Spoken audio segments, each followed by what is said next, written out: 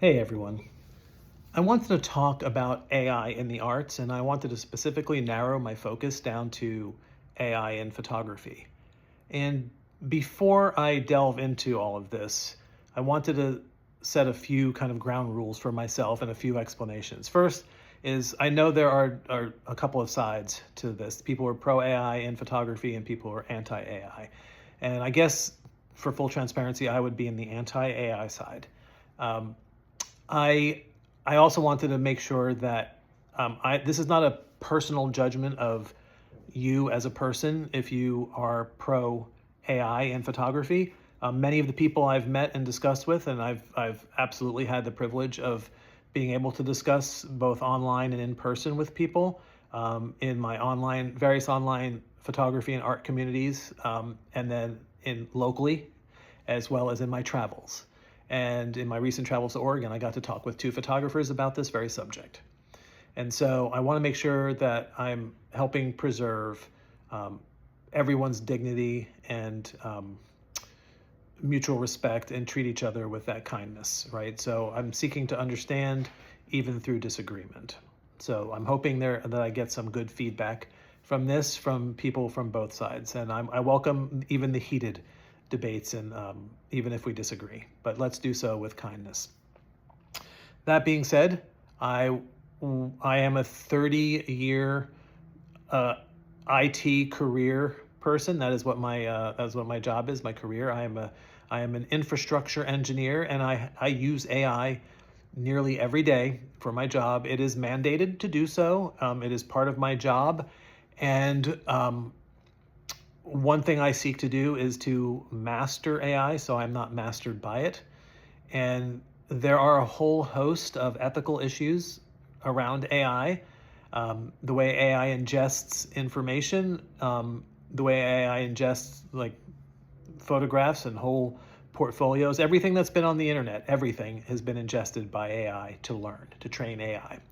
And in the field of art, the arts and in photography specifically, since we're talking about that, there is billions of copyrighted images that have been ingested, and AI has been trained on those.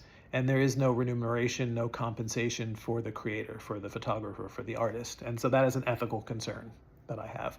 And then there's an environmental concern I have with the cooling of data centers needed for AI. They are not like normal data centers, which I have worked extensively with and in and designing, and I understand what it takes to cool a normal data center compared to what it takes to cool an AI data center. And although this is a strange analogy, it's the difference between cooling maybe your apartment building versus cooling a nuclear power plant, a nuclear reactor.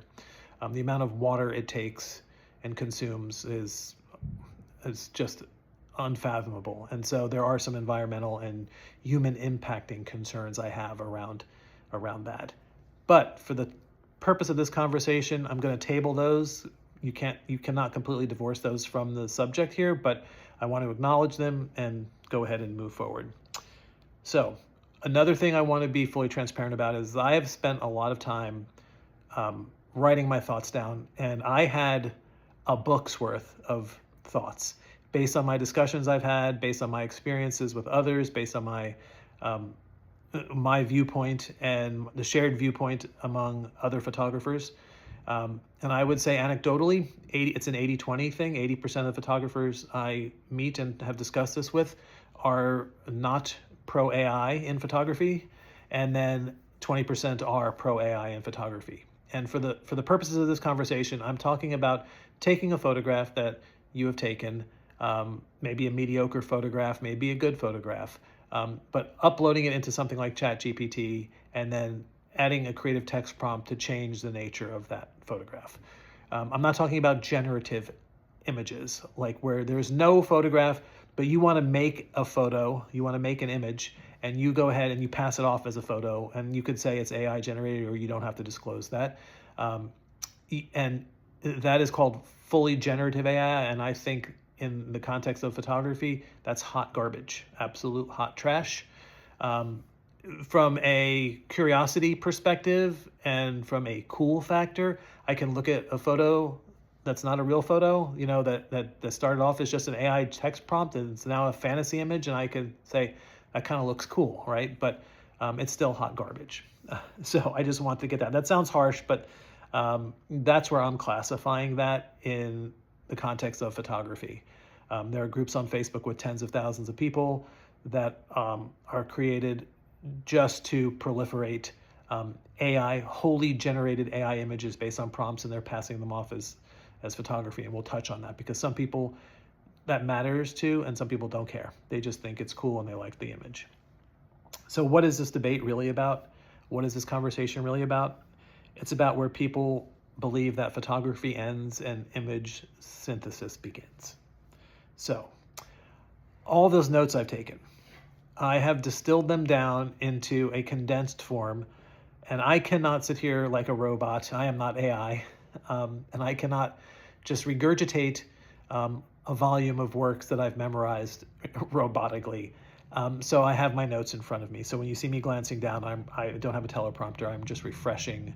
I'm refreshing my notes here. So yeah, my first point on this would be that AI is not just an editing tool when you upload your photograph into something like ChatGPT. It actually becomes a creation tool, but not in the way that you would think. So traditional editing changes the information that already exists. So like adjusting your exposure and your white balance and your temperature and your contrast and your cropping or removing sensor dust and color grading. These are all things I do in Lightroom Classic. What AI can instead do and is doing is it's inventing clouds, and it's replacing skies, and it's creating reflections or changing facial expressions. I've seen AI used in photography to where a photo of someone and their eye was shut, like one eye was shut, and they'll use AI to imagine what that other eye would look like opened, or the head tilted a certain way. It will add people and generate backgrounds. Some of the backgrounds are normal backgrounds, like a studio setting, and some of them are fantastical, where they'll put a person on the moon, or exploring the depths of some jungle, and it invents lighting that never existed. So once like AI software like ChatGPT begins inventing visual information, the photographer is no longer really editing reality. They're kind of helping author a new image with their creative prompt writing, and AI bringing that to a new reality. So this is fundamentally different from adjusting the captured pixels that your camera captured. One of the arguments I've had from AI aficionados in photo editing is that Photoshop can already do all of that, and that is a yes, that's a true statement. But historically, Photoshop was a manual process. Now AI is being integrated into all of that. And again, I'm not a Luddite, so I do embrace technology. At work, I'm often on the leading edge and bleeding edge of technology. But I think there needs to be mediation, obviously. And some technology that is important or useful for one person might not be for another. But historically, to perform edits using Photoshop, you had to manually mask. You had to use a cloning tool. You had to paint manually. You had to select and blend everything manually.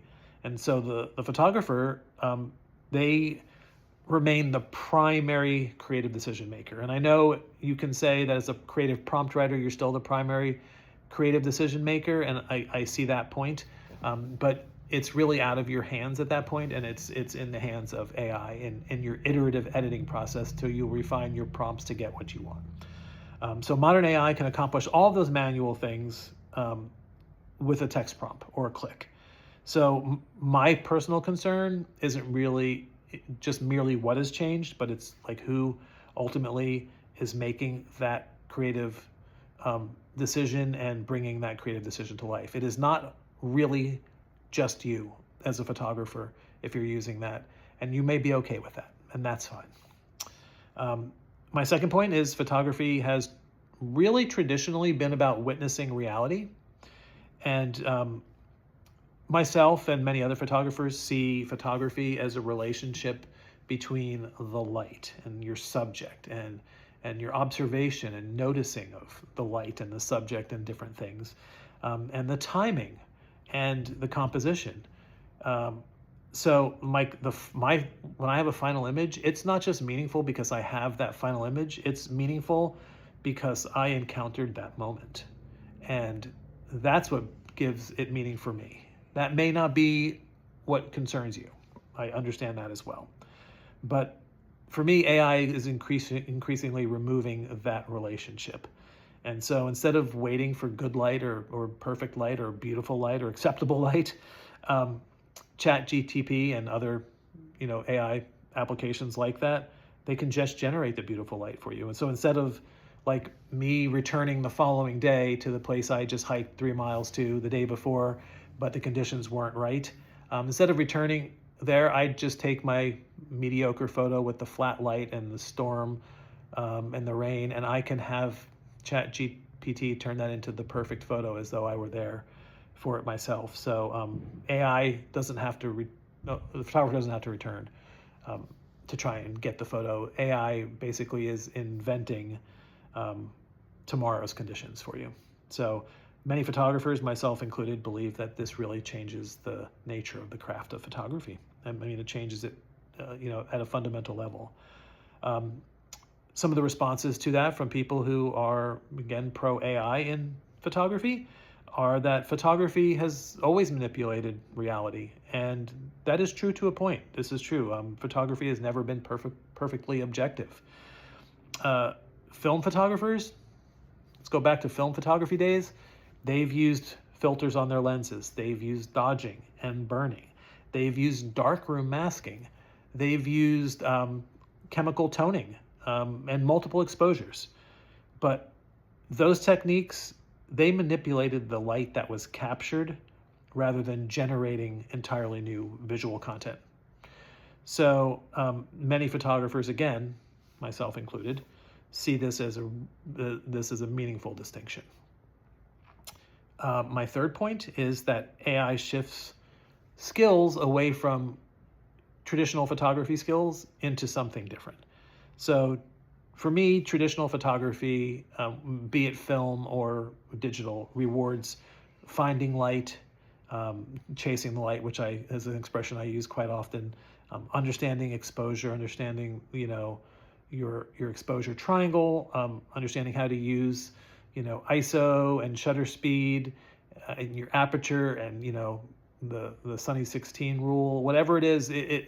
There's things that photography has, rewarded my understanding of and other photographers' understandings of composition, of lens choice, and of ultimately the patience, right? Of going out there and knowing when to press the shutter button and when not to press the shutter release button. There's so many times I don't press it because the conditions are just awful. It's not going to look good. And I'm an intentional photographer. I shoot predominantly with my favorite is a GFX 50R medium format, slow, intentional photography. I like to use my manual lens. I love my autofocus lenses too, but for me personally, I'm rewarded by my patience and by my understanding of the light. And I have a beginner's mindset in everything I do, no matter how many years pass by in whatever craft and art and skill that I'm interested in and pursuing.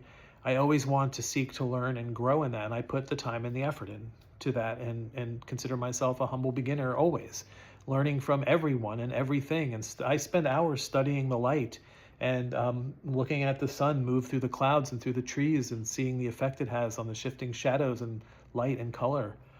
And so AI doesn't reward that at all. What AI rewards, though, is creative and effective prompt writing and iterative refinement of your image that you've uploaded into AI.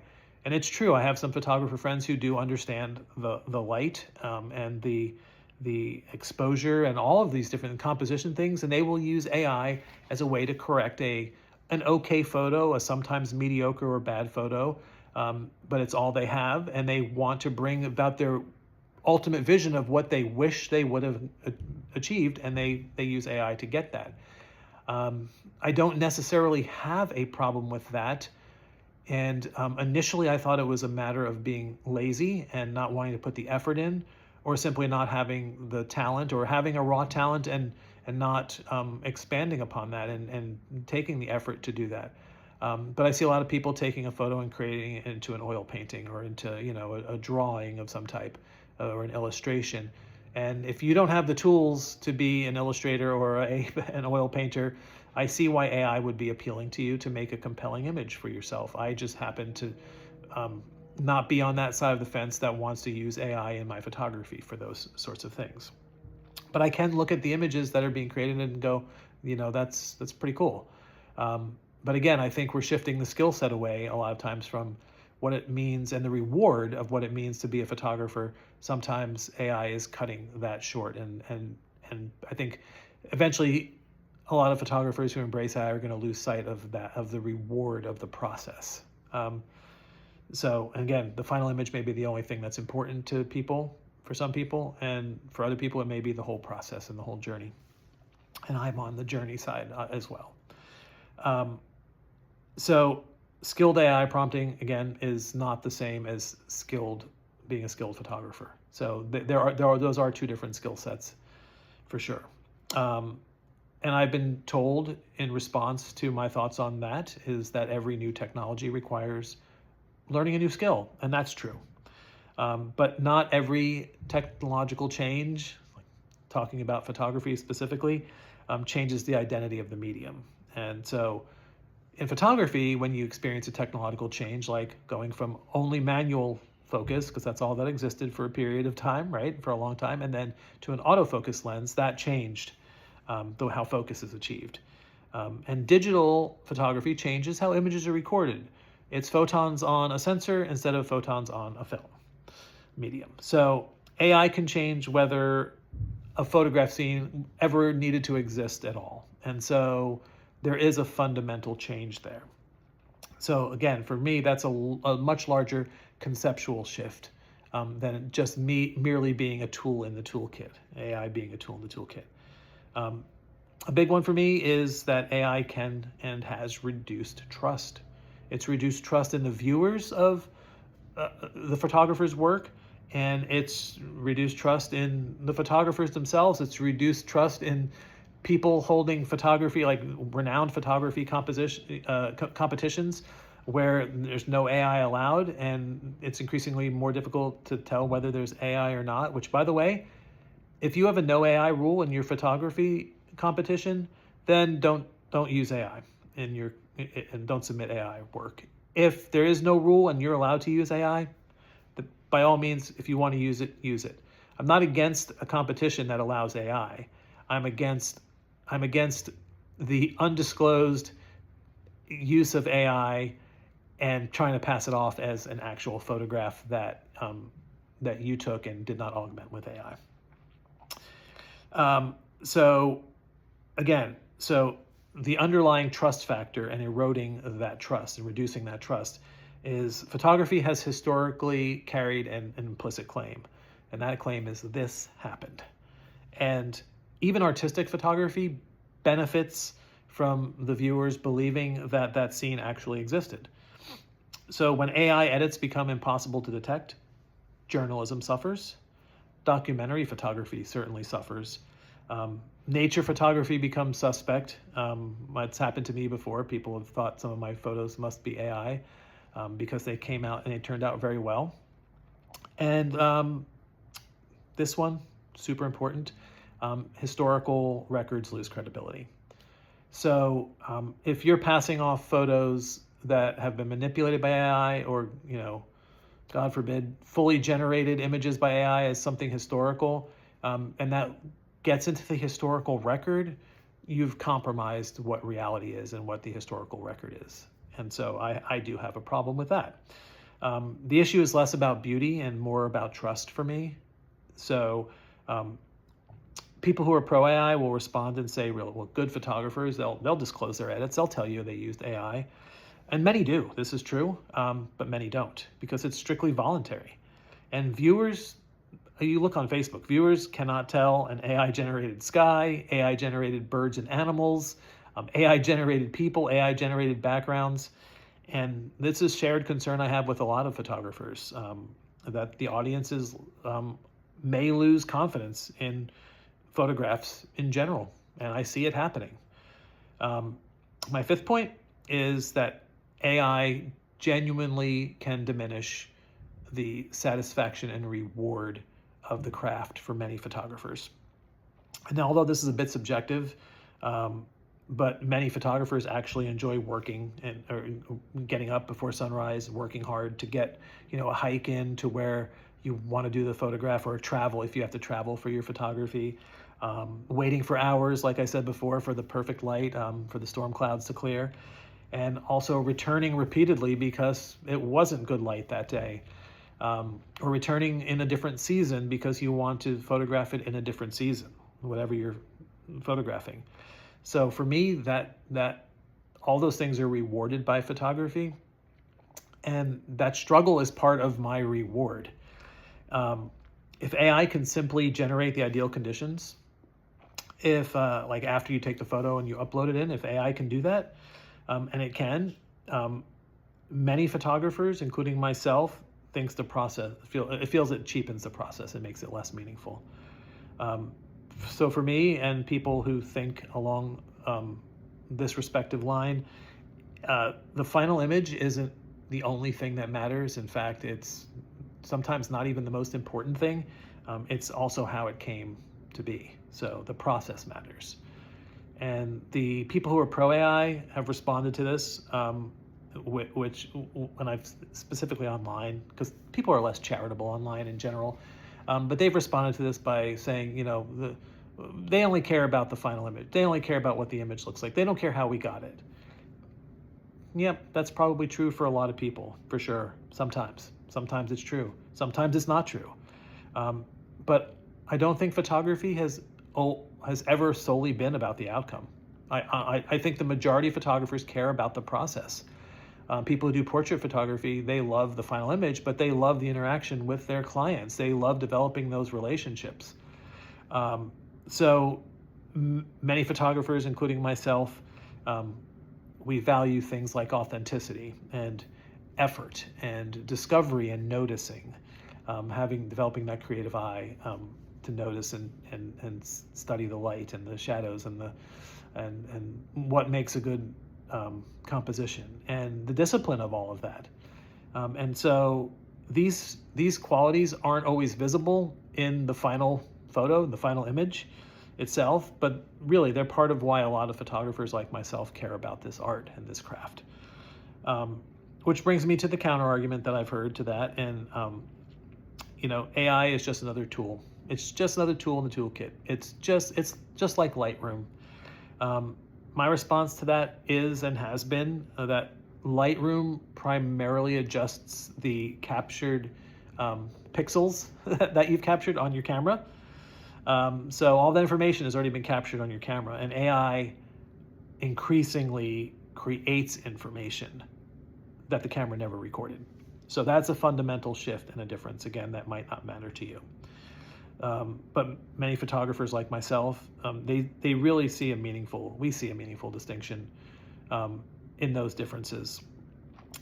Because there's a difference between, a captured reality that's being edited, or synthesizing a completely new image from something that never existed. And so one of the counter arguments from my pro AI friends and people in that camp is that like Photoshop has already invented pixels. Like Photoshop's already adding pixels, and that is historically true as well. There's been heavy manipulation and compositing by Photoshop. And again, this is kind of my thought process around that was, I used Photoshop in the old days, and it required a lot of manual effort. It required a lot of learning, becoming an expert in Photoshop, learning how the software worked. That extensive manipulation using Photoshop required time and learning and developing your technical expertise and skill in that. And so it was more manual process. Now it's literally the click of a button with AI. And again, what's that do? What is that doing? What's the danger in that? Well, for me, it's lowering the barrier to creating a synthetic imagery, even in the world of fully generative, which I already said is hot trash to me. So it increases its prevalence. So there's more photos out there that have been AI edited or AI generated. And the challenge has been people distinguishing that from actual photographs that were, not augmented reality. So a few years ago, 2022, 2023, I could take a picture of myself sitting like this, feed it into AI and say, just spit it out exactly like I fed it in. And AI would spit it out and it would have like 6 fingers on my hand or 2 fingers that were melded together. AI has become a lot more sophisticated. It's grown, it's learned, thanks to ingesting actual, images and data. And so this brings me to one of my final points, and it's the one I hear most often. And if you know me and we've talked about this, or if I've seen you share things online, or I've shared things online, I've seen some people say this, people I know say this, and I've heard this in some conversations with people who like to use AI in their editing process and their workflow for photography, is that, people said the same thing when digital cameras came out. When digital photography came out, people said, nope, film is the only real photography. And so you may not know this, but that message was being put out there, that film is the only authentic and real photography. How did that get started? Predominantly by the film companies themselves. So the film companies had a very strong relationship with photographers and with camera manufacturers, and sometimes the film and the camera manufacturers were the same companies, but you could only buy film stock before digital. And so that was business, that was careers, those were careers, right? And so it was frightening, and it struck fear into the heart of the film companies, like, oh my gosh, what's going to happen? So the message that was sent out was, hey, listen, this new technology seems cool, it's not. Film is the way to go. And so people who are pro-AI will argue, and they'll say, that's exactly what you're doing. It's like history repeating itself. You're just afraid of the technology. You're fearful of new technology. You're afraid of letting go of the past. You're afraid of evolving. And I hear this often, that film photographers rejected digital, and that history is repeating itself. But I would argue that that analogy is really incomplete. Digital photography changed how light is captured and how it is recorded. It's still photons, it's still light hitting a sensor, so it's still hitting a sensor and captured that way, as opposed to hitting a film and being captured that way. But what AI has done is it has changed whether that depicted light, those objects, or the scene ever existed, or even needed to exist.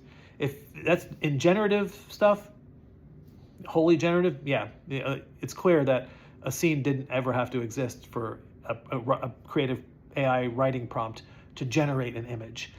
In an image that you're uploading to edit and to transform and to change and to add things to, which I see all the time, you are fundamentally changing the way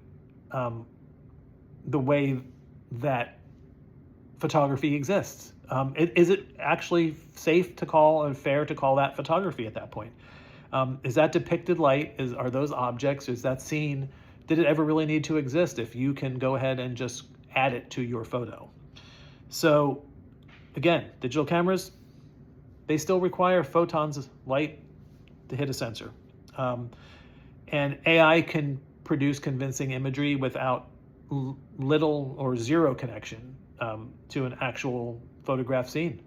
So critics contend that the transition to film and digital was really a technological evolution within photography, whereas the use of extensive AI in editing or even in generative, again, hot trash, hot garbage, is a fundamental shift in a totally different philosophy. And again, does that matter to you? Maybe not. Does it matter to me? Sure. So one of the biggest distinctions I see between where the difference lies in opinion and in thought is the use of editing in AI, editing photography. So uploading your photographs and editing with AI, are you still the creator? Are you still the author of your work? Is this solely yours? Arguments can be made for and against that, and I'm not here to necessarily argue for and against either one of those things. I think ultimately the difference comes down to values rather than technology. The pro AI side will emphasize that creative freedom and artistic expression and those outcomes that they get by using AI. And people like myself will emphasize like an authenticity and a reality and an observational authenticity by of not using AI for that, and that connection to the subject and the finished image,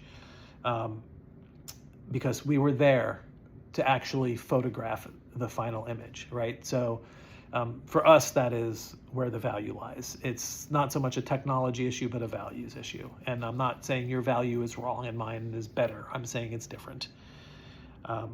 So both perspectives are essentially internally coherent. So on your side of your camp, it is internally coherent to you, and on my side of my camp, my perspective is internally coherent, for sure.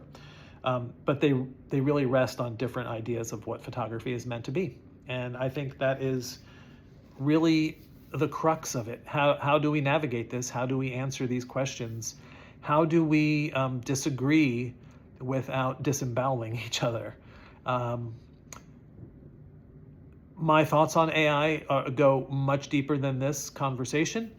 I'm always welcome to thoughts on this and technology in general, and the battle between digital and analog. I think, one of my profiles for years and years online has said analog heart, digital brain. And that's how I view myself. That's how I view through the lens of life. I very much have an analog heart with a digital brain because I work in technology and I use and embrace technology. I think technology is a good thing. Going from not having the wheel to having the wheel revolutionized, humanity. Technology isn't always a bad thing. I think it needs to be metered and measured. I think it needs to be used responsibly. And I think there are ways in which we look at the world that are fundamentally different sometimes. And I do respect if you are in the side that is using AI to edit your photos. I respect your right to do so. And I respect your creative control that you are, that you feel you have over what you want your final image to look like. That's for you. That's for you. It's not for me, and that's okay. My number one concern is it diminishing photography. In the lens of photography. That's not what my number one concern with AI is, but in the lens of what AI and photography combining means, it's my concern is it's diminishing the craft, and it's lessening it, and it's taking the reward away from it, and it's lowering the trust amongst people on all sorts of levels. And so that's where my heart is. And I appreciate if you're disclosing that you are using AI. And I think it's important to do so. You get to make that decision. It's voluntary. I think it's important to disclose that you're using AI in your editing workflow. I think it helps people maintain a trust level for photographers and photographs, and for historical accuracy, and for reality. If you want to create a fantastical fantasy image from a photo that you've uploaded, you go ahead and go for it. You do it. Enjoy it. I probably will see it and think it looks pretty cool. I don't want to lose our sense of humanity to artificial intelligence. I don't want to abdicate the creative process to artificial intelligence. I already see people, especially a lot of younger people, who don't know how to write a paragraph, and so they're having AI do it. My daughter, who is in college, has encountered this in her own writing. She has submitted writing. She's a very good writer, and she has been since she's a little kid, very expressive, and she submitted writing that got flagged as AI when she did not use AI at all. And she had to edit it so that it had more mistakes in it, so it didn't quite look like AI or sound like AI, even though she did not use AI. But I don't want to become lazy. I don't want, idiocracy and Wall-E to become our future. So I'm hoping this is a discussion that can continue to happen, and I look forward to all of your responses. And I hope you're having a great Friday evening and a great long weekend. Thanks.